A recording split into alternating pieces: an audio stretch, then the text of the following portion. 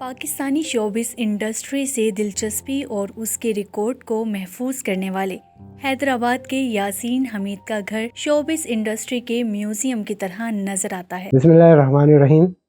یاسین حمید میرا نام ہے اور اسی حوالے سے میں قلم کاری کرتا رہا ہوں اور تقریباً 35 سال سے میں شوبز کے حوالے سے قلم کاری کر رہا ہوں۔ پاکستان فلم انڈسٹری میرا لگاؤ ہے اور میرا جنون تھا، آج بھی ہے، جبکہ نامساعد حالات اور جو دیگر معاملات ہوتے ہیں ان کی وجہ سے میں اس طرف چھوڑ کے میرا جو ذریعہ معاش ہے اب قلم کاری دوسرے شعبوں کی جانب ہے، لیکن پاکستان فلم انڈسٹری کے لیے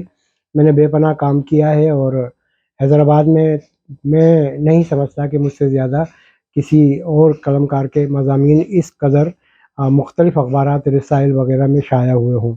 تقریباً 1 سے 1,500 میرے مضامین شائع ہو چکے ہیں، جن میں باقاعدگی سے مختلف رسالوں کے لیے میں نے لکھا، اور 2010 سے پہلے جس قدر بھی پاکستان فلم انڈسٹری میں سپر اسٹار تھے، یعنی کہ 1990 سے، اور اس دوران تقریباً سبھی کے میں نے انٹرویوز کیے، جن میں لیجنڈ اداکار ندیم، سلطان راہی، غلام محی الدین، نیلی، جاوید شیخ، شان، ریما، میرا، تقریباً سب لوگوں کے میرے انٹرویو۔ تو عمر کے ساتھ ساتھ کچھ جو چیزوں کا ہے نا یادداشت ہوتی ہے نا کہ وہ کم ہو گئی ہے، لیکن بہرحال پاکستان میں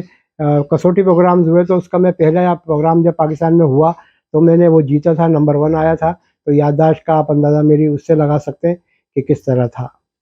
35 سال سے فلموں کے پوسٹرز، سی ڈیز، کیسٹس اور کتابیں جمع کرنا یاسین حمید کا انوکھا مشغلہ ہے۔ حیدرآباد کے علاقے لطیف آباد نمبر 12 کے رہائشی یاسین حمید نے شوبز انڈسٹری میں مضمون نویسی کو اپنے پیشے کے طور پر اپنایا۔ اداکاروں، فلموں اور موسیقی سے اتنا لگاؤ ہوا کہ نہ صرف 1,500 مضامین لکھے بلکہ شوبز کا ریکارڈ بھی جمع کرنا شروع کر دیا، اور آج ان کا گھر ریکارڈ کے خزانے سے بھر چکا ہے۔ جنون کی حد تک شوبز انڈسٹری سے لگاؤ رکھنے والے اس شخص نے کئی نامور اداکاروں کے انٹرویوز بھی کیے اور بیشتر فلموں کے نام، ہدایت کار، موسیقار، لکھاری و اداکار کی تفصیل ان کو زبانی یاد ہے۔ یاسین حمید کا کہنا ہے کہ ریکارڈ محفوظ کرنا نہ صرف ان کا شوق ہے بلکہ اس کے پیچھے یہ مقصد بھی ہے کہ پاکستانی فلم انڈسٹری کا ماضی محفوظ ہو اور وہ اسے ڈیجیٹل ریکارڈ کے طور پر بھی منتقل کرنے کے کوشاں ہیں۔ بات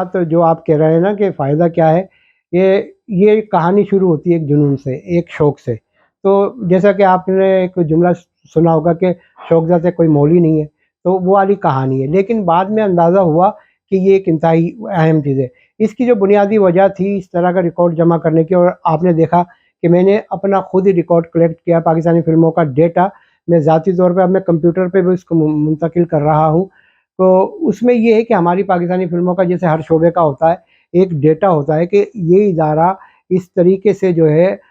تھا، اس کا یہ بیک گراؤنڈ ہے، یہ ماضی ہے، تو میں چاہتا ہوں کہ میری پاکستانی فلم انڈسٹری کا ماضی محفوظ ہو۔